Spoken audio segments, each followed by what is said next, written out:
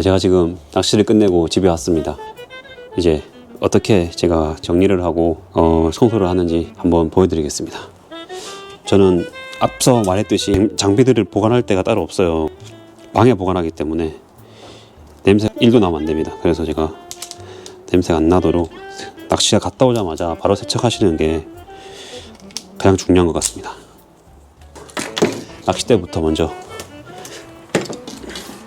이 수압을 너무 세게 하시면 안 되고 이 정도 수압으로 그냥 이때도 드랙을 잠그셔 가지고 물이 안으로 들어가지 않게 하셔가지고 스풀이랑 이런데 가볍게 그냥 낚싯대도 손 가볍게 이런 식으로 해서 돌리지 마시고 그 상태 그대로 털어서 가볍게 털어서 말리시면 됩니다. 자, 그 다음 뜰채도 물에 닿는 이 부분 있죠, 코르크 부분을 잘 해서 염분이 빠지게, 자 이런 식으로 해서 한 단씩 빼주세요. 이런 식한 단씩 빼주면서 계속 씻습니다.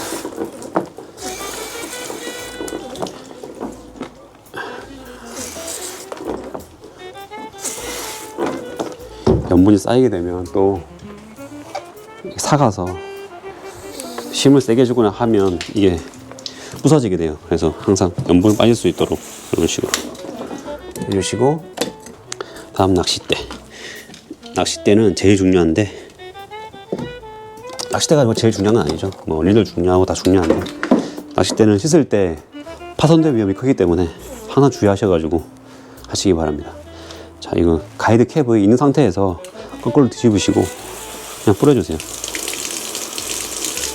뿌려서 이제 가이드 전체적으로 염분이 빠질 수 있도록 전반적으로 뿌려주시고, 그리고 바디도 이렇게 릴 시트 부분 보면 이제 미끼나 이런 것들이 껴있을 수 있으니까 잘 씻어주세요.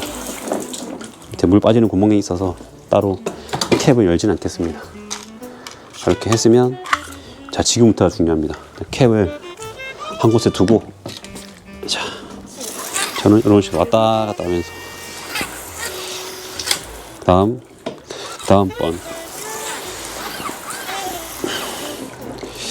자 한 칸씩 올리면서 저는 이렇게 씻고 있어요. 이렇게 물로만 하셔도 뭐 딱히 크게 그건 없습니다. 마지막 소릴 때는 파손될 위험이 크기 때문에 항상 주의하셔야 돼요.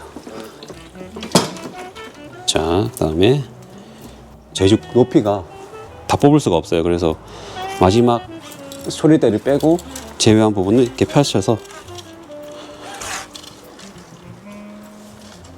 이 상태로 말립니다. 날 좋은 날에는 몇 시간만 말려주면 또 금방 말라요. 자, 이렇게 하시고, 다음 솔채도 이빨이 묻었으니까 솔채도 한번 씻을게요.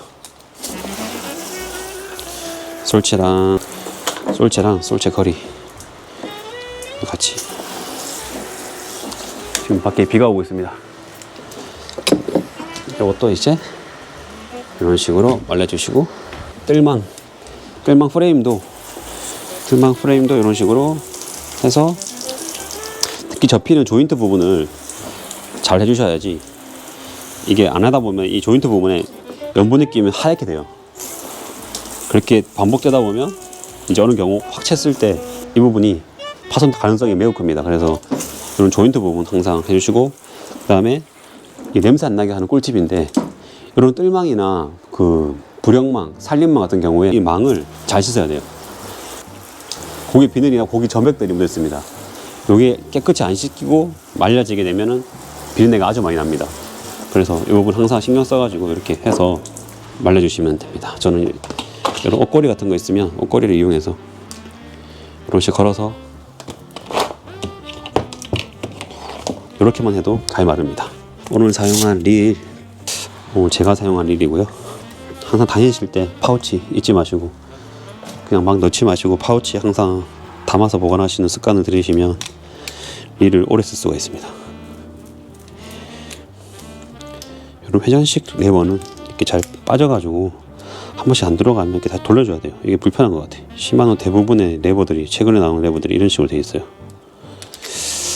저는 조금 불호입니다. 이게 잘 안 들어가요. 이게 지금 조금밖에 안 나와 있잖아요. 이걸 돌리면 빠지기 때문에 손으로 돌려서 안으로 넣어준 다음에 일정 부분이 나와야 돼요. 이게 나사산이 2단계로 되어 있거든요. 두 번째까지 나온 상태에서 넣어주셔야지 돌아가요. 이렇게. 자, 돌아갔죠? 어느 정도 잠그신 다음에 이렇게만 설렁설렁 이렇게 해주시고, 레버 부분, 손잡이, 그리고 요런 롤러, 바닷물이 닿은 라인 위주로 해서 이렇게만 해주셔도 됩니다. 그래서 물로 털어서, 어떤 분들은 이제 스풀만 뽑아서 물에 담그시는 분도 계시는데 저는 추천하지 않습니다. 그렇게 하시면 스풀 안에 있는 그리스가 녹아요. 그래서 이렇게만 하셔도 진짜 오래 쓸 수 있습니다. 제가 일일이 이게 사용한 지가 지금 4, 5년 된 것 같아요. 근데 지금 상태 보시면 새 거 같죠? 제가 잘 떨어뜨리지도 않고 그래서 그럴 수 있는데, 지금 관리를 하면서 사용하기 때문에 깨끗이 쓸 수가 있습니다. 앞으로 5년도 끄떡 없습니다. 브레이크 레일도 이런 식으로. 제가 이거는 현장에서 한번 가볍게 린스를 했어요. 그래서 좀 가볍게만 하시면 돼요.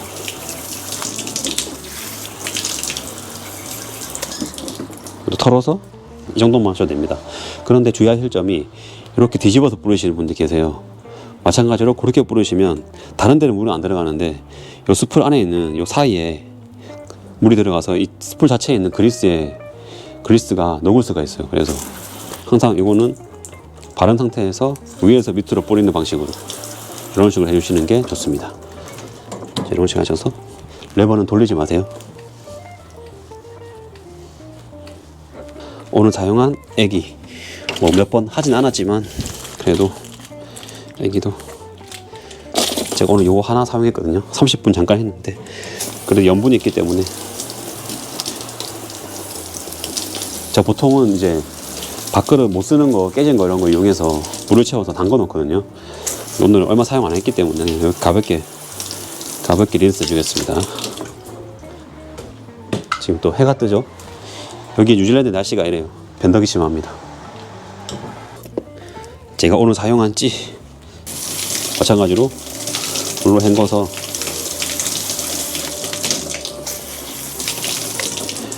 말렸다가 다 마르면 이제 따로 분리하셔서 보관하시면 됩니다. 그 다음 제가 쓴 박칸을 해볼게요.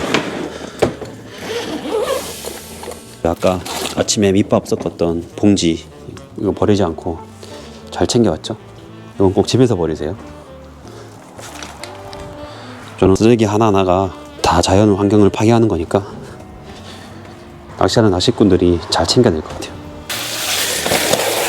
자, 요런 산림망도 갔다 오시면 이런 산림망에 있는 요런 로프 같은 거 있죠. 안에 보시면 로프가 들어있거든요.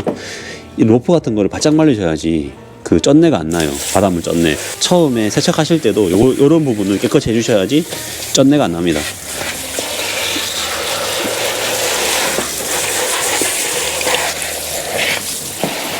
그 주변 분들이 물어보세요. 저희 집에 놀러 오시는 분들이 어떻게 방에 장비가 이렇게 많은데 냄새가 안 나냐 물어보시는데, 다 이유가 있겠죠. 깨끗이 씻기 때문에 냄새가 안 납니다. 그리고 아까 요것도 손잡이도 이 줄도 아까 한번 바닥에 빠뜨렸거든요. 요런 것도 바닷물 다 닿았잖아요. 요것도 다 씻어줘야 돼요. 요것도 바짝 안 말리면 쩐내가 나서 그런 냄새들이 다 쌓이게 되면 제가 보관하는 장소에서 냄새가 나는 거예요. 그런 거를 깨끗이 청소해 주시고, 자, 그 다음에 두레박. 그냥 보이는 순서대로 하시면 돼요. 씻는 순서는 없습니다. 그냥 보이는 대로. 마찬가지로 바닷물이 닿은 부분은 이렇게 해서 염분을 빼주시는 게 냄새가 나는 걸 줄일 수가 있습니다. 그리고 안에도 바닷물이 닿았기 때문에 싹 다 바닷물이 닿은 부분은 깨끗이 말려주세요. 썰채질 할 때 이거 썰채를 이제 비벼가지고 컵을 비벼서 던지면 잘 뜬다고 하는데, 압축판이라 그러는데 이건 좋은지 잘 모르겠어요. 저는 일단 구매를 했으니까 쓰긴 써보는데요. 뭐 특별하게 이것 때문에 뭐 압축이 잘 돼서 멀리 날아간다, 이거는 아직 잘 못 느끼겠어요. 제가 잘 못해서 그럴 수도 있는데. 자, 솔채 담았던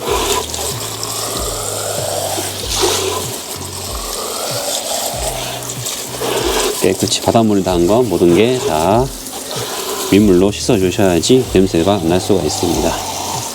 물로 축이긴 했는데 그래도 이렇게 찌꺼기들이 남아있죠. 얘들을 먼저 물로 한번 살짝 부어주세요. 대충 이렇게 한번 물로만 해주면 저 다른 걸 하는 동안 이게 녹아서 씻기가 쉬워요.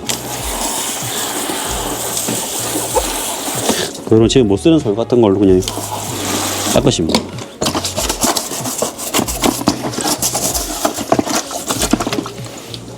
그리고 아까 제가 사용한 미끼가 남았기 때문에 이거는 바닷물 좀 담아왔어요. 다음에 사용할 때 사용이 용이하게 바닷물 조금 담아왔습니다. 그대로 올리시고 다시 쓰시면 돼요. 자, 낚싯대 거리 이것도 닦아주시고, 제가 사용한 칼도 깨끗이 닦아주세요. 자, 그 다음에 뭐가 있을까요? 자, 아까 미끼통에 있던 얼음인데 제가 고기를 담는다고 이걸 사용했습니다. 고기가 닿았기 때문에 이것도 깨끗이 닦아서 말리겠습니다. 이것도 얼음팩인데 이거는 얼리시면 재사용이 가능하니까 버리지 마시고, 터지지 않은 이상, 터진 거는 이렇게 녹았을 때 누르면 이렇게 물이 나와요. 근데 지금 이게 안 녹았죠. 이거는 이제 잘 말려서 사용하시면 됩니다. 이것도 고기가 닿았기 때문에 미끄덩미끄덩해요. 그래서 그 미끄덩미끄덩한 거를 다 없애주시고 말려서 얼리시면 재사용이 가능합니다. 그 다음에 밑밥을 비볐던 주걱인데 전혀 한국처럼 냉동 커리를 사용하지 않기 때문에 딱히 깰 수 있는 그 앞에 쇠가 붙은 거 뭐라 그러죠? 커리 분쇄기라 그러나요? 그 커리 분쇄 주걱이 필요가 없어요. 그리고 밥숟가락, 밥주걱 있죠? 이런 밥주걱만 있으면 여기서는 충분합니다. 이걸 깨끗이 씻어가지고 말려주시고, 이게 이제 미끼 담는 통이죠. 이것도 틈 사이에 미끼가 껴있지 않게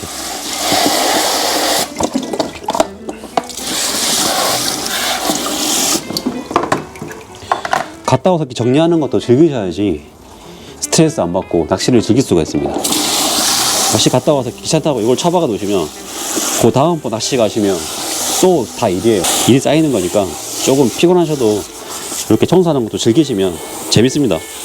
깨끗하게 되는 거 보면 재밌고요. 그래야지 다음번 낚시 갔을 때 깨끗한 채비로 깨끗하게 낚시할 수가 있습니다.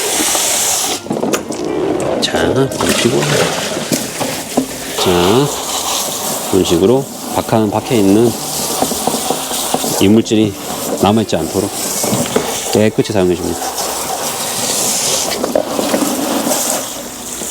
자, 이렇게 해서 박한 통은 항상 뒤집어서 말리세요.